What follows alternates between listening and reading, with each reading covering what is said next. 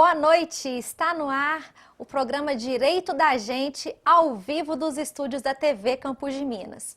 Eu sou Leidiane Gouveia e no programa de hoje nós vamos falar sobre direito trabalhista. Para isso nós trouxemos como nosso convidado o nosso querido, inestimável Dr. Vitor Taroco. Obrigado, Luiz. Né, que é advogado aqui na comarca de São João del Rei. Boa noite, Vitor. Boa noite a todos. Prazer estar aqui novamente. Bom, o direito trabalhista, ele rege as normas, são normas que regem as relações de emprego.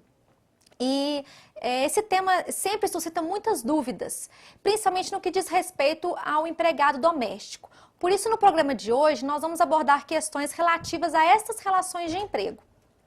Bom, doutor Vitor, para que os nossos telespectadores entendam melhor o tema que nós vamos abordar, eu entendo que seria interessante definir, né, para eles o que é empregado doméstico, porque nós sempre pensamos que é aquela empregada que trabalha na nossa casa, né, mas vai muito além disso, não é mesmo? Vai sim, sem dúvida nenhuma. Bom, nós podemos definir o empregado doméstico como aquela pessoa física que presta serviços, geralmente a uma outra pessoa física. E o que caracteriza muito o empregado doméstico? Ele deve prestar os serviços para o empregador de uma forma que esses serviços não gerem nenhum tipo de lucro para o empregador. Ou seja, a empregada doméstica, ela trabalha no âmbito familiar, dentro da casa do empregador, e isso não traz nenhum lucro para o empregador. E é claro que, equiparado aí ao empregado doméstico, né, a empregada doméstica em si, nós temos aí a dama de companhia, que é aquela pessoa que está sempre acompanhando um idoso que seja, ou alguma coisa dessa forma, o motorista particular que trabalha unicamente para aquela família, levando as pessoas, os filhos para a escola, a patroa para algum lugar. Então, tudo isso se equipara ao empregado doméstico.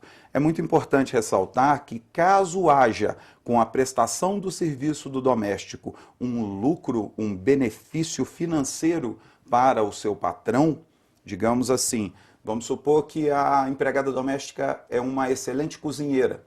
Então, ela vai fazer um salgadinho para o patrão começa a vender esse salgadinho. Já está descaracterizada a relação de empregado doméstico. E aí sim nós vamos ter a incidência das normas seletistas. Basicamente isso, aquela pessoa física que presta serviços geralmente para uma pessoa física, sempre para uma pessoa física, e desse serviço não pode haver nenhuma obtenção de lucro por parte do empregador. O serviço deve ser sempre prestado no âmbito doméstico, no âmbito familiar. Bom, doutor Vitor, nós sabemos que o empregado doméstico ele não goza dos mesmos direitos que o empregado comum, né? Qual que é essa diferença de direitos? Você podia listar para nós alguns desses direitos? Vamos sim, né, vamos lá. Bom, o vínculo empregatício doméstico ele é regido por uma lei específica. E essa lei específica ela diverge em várias questões em relação aos direitos trabalhistas comuns, aqueles previstos pela CLT. Ou seja, a empregada doméstica ela não vai ter direito, caso o patrão não faça a opção por isso, ao recolhimento do FGTS, ao pagamento de horas extras. Agora, né, nós vamos provavelmente falar sobre isso mais adiante, mas em relação ao seguro-desemprego, ela só vai ter direito caso o patrão tenha optado pelo recolhimento do FGTS. Então, são vários outros direitos, mas basicamente falando, a empregada doméstica ela vai ter direito ao recolhimento do INSS, a férias e a 13º. Ponto. Caso o patrão faça a opção pelo recolhimento do FGTS, quero deixar bem claro que isso é uma opção do patrão, existe um projeto de lei já em andamento para que seja equiparado o serviço doméstico com o serviço seletista normalmente, aí ela vai passar a ter direito à jornada de trabalho, vai ter direito a recebimento de horas extras, vai ter direito ao FGTS e dentre outros aí direitos seletistas. Mas hoje a empregada doméstica tem basicamente direito ao recolhimento do INSS, férias e 13º. Bom, doutor Vitor, e aquela pessoa que quer ter um empregado doméstico, né, na sua residência, né, ele precisa ter um contador para fazer esse contrato? Como que é o procedimento para se contratar um empregado doméstico? Tá, bom, aí vai depender da forma como ele vai querer contratar. Como eu já falei anteriormente, você pode apenas contratar a empregada doméstica. Eu aconselho que seja sempre por escrito, determinando o que ela tem que fazer, os horários de trabalho, apesar de não existir a incidência do pagamento de hora extra, por falta de previsão legal, dentre outras questões aí pertinentes ao contrato. Mas se você quiser contratar uma empregada doméstica, você não tem a necessidade, a princípio, de ter um contador para tanto. O que você tem que fazer é comprar um carnê para o recolhimento do INSS, ver se essa funcionária já tem a devida inscrição no INSS e proceder o recolhimento da parcela relativa ao INSS, que hoje é de 20%, 8% da empregada, que você pode descontar dela, e 12% por parte do patrão. Existe uma faixa de recolhimento aí, né, que é aquela de 11%, que muita gente vem fazendo hoje, mas sinceramente eu não aconselharia muito não, principalmente em virtude desse tipo de recolhimento só dá direito à aposentadoria por idade, não por tempo de recolhimento. Isso é uma diferença muito grande que nós temos aí nessa forma de recolhimento dos 11%. Então o recolhimento correto seria o de 8% da empregada, 7,65%, se não me falha a memória, e 12% por parte do patrão. Mas a necessidade de contador aí eu vejo unicamente caso exista caso o patrão faça a opção pelo recolhimento do FGTS. Porque aí já é uma questão mais complicada, ele vai precisar do auxílio de um profissional para poder emitir guia, para ele fazer esse recolhimento e tudo mais. Então aí, isso já sim, desestimula mais ainda, então. Eu acho que sim, né? Sabe? E eu sou muito temerário aí em relação a essa equiparação de direitos com os demais trabalhadores seletistas. Ou Hoje, vai reduzir a contratação, pois é, ou então vai aumentar a informalidade. a informalidade. Eu fico muito receoso realmente em relação a esse tipo de equiparação aí. Eu fico com muito medo de que sejam diminuídos os postos de trabalho em relação a empregados domésticos em virtude do custo que isso vai gerar para os empregadores. E, doutor Vitor, se o empregador ele optar por recolher o FGTS, qual que é o valor que ele tem que recolher? E isso é descontado do empregado? Como que funciona? Não. O FGTS não é descontado do empregado. O que você pode descontar do empregado são os 7,65%, 8% do INSS e 8% caso você faça opção pelo recolhimento do FGTS. Então, todo mês você pode descontar do empregado doméstico 7,65%, mas os 8% do FGTS, me desculpem, não pode ser descontado. Então, o FGTS não se desconta do empregado. Unicamente o INSS, e eu ia falar do Vale Transporte. Mais à frente nós vamos abordar um pouquinho desse assunto. Só para esclarecer aqui, mas caso haja a necessidade de utilização de vale transporte pelo funcionário, você pode descontar dele 6% do salário para ajudar a custear o fornecimento do vale transporte. Bom, doutor Vitor, começou as participações aqui. Nós temos a Maria de Santa Cruz. Ela quer saber o seguinte: tem uma cunhada que é aposentada por invalidez. Ela pode fazer bicos para olhar pessoas doentes? Não, gente, não pode. A aposentadoria por invalidez, o próprio nome já fala.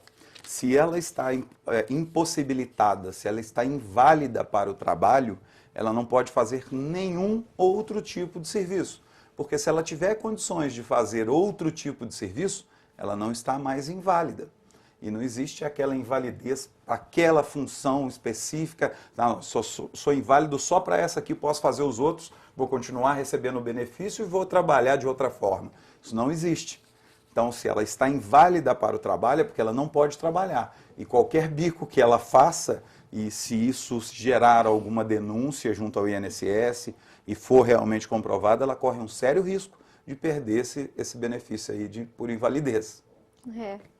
Sério, né, doutor? Sério, bem sério.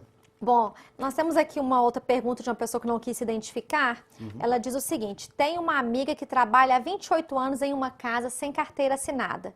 O que ela pode fazer? Se ela correr atrás dos direitos, ela consegue ganhar algo pelos 28 anos? Sim, é claro. Ela trabalha como o quê? Como em uma casa. Provavelmente deve ser doméstica, né? Não, ela vai conseguir sim, principalmente aí o recolhimento das verbas previdenciárias, né, junto ao INSS. Agora, se ela nunca recebeu férias e nem 13º, ela vai poder pleitear isso nos últimos 5 anos. Então, ela não vai poder pleitear férias e 13º dos últimos 28 anos. Ela vai poder pleitear apenas dos últimos 5 anos, por força de previsão da Constituição e também da CLT.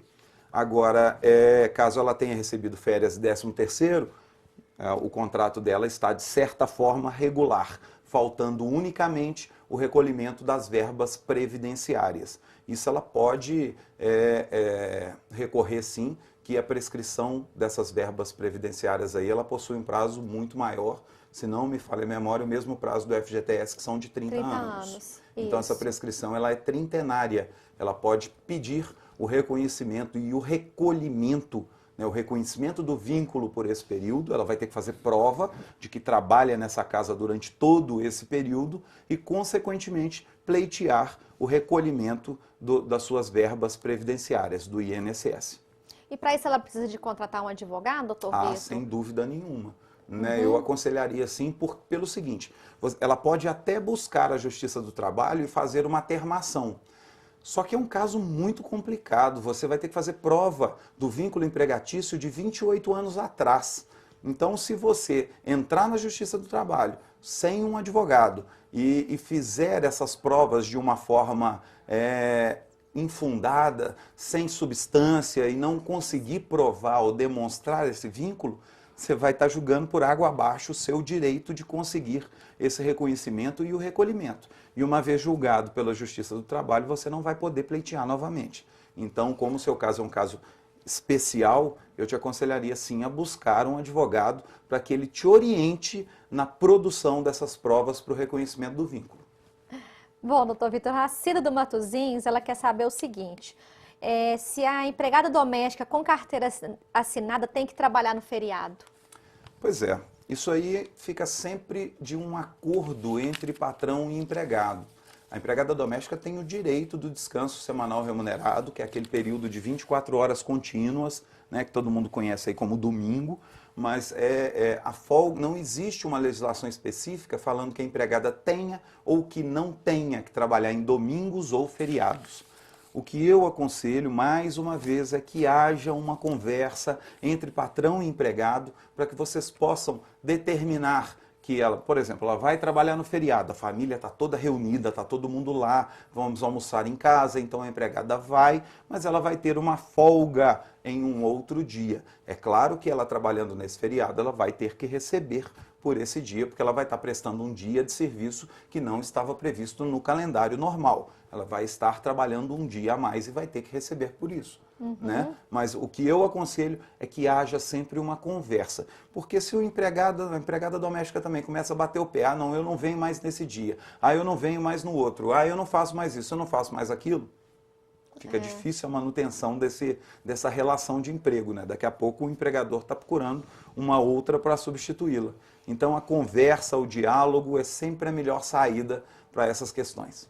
O combinado não é caro. Não é caro. Aí voltamos lá naquele assunto do contrato. Quando você contratou, ou mesmo durante a relação de emprego, né, durante a prestação do serviço, converse sempre. Olha, não estou gostando disso, tem que limpar isso aqui melhor, a roupa não está ficando bem lavada. Então, tudo sendo conversado, você tem uma grande possibilidade de contornar certos problemas que, na verdade, são comuns, são rotineiros nesse tipo de prestação de serviço, mas que são fáceis de serem contornados, né? Desde que haja uma boa vontade também da empregada, e isso, com certeza, vai fazer com que essa parceria, com que esse contrato, com que esse vínculo empregatício dure por muitos anos.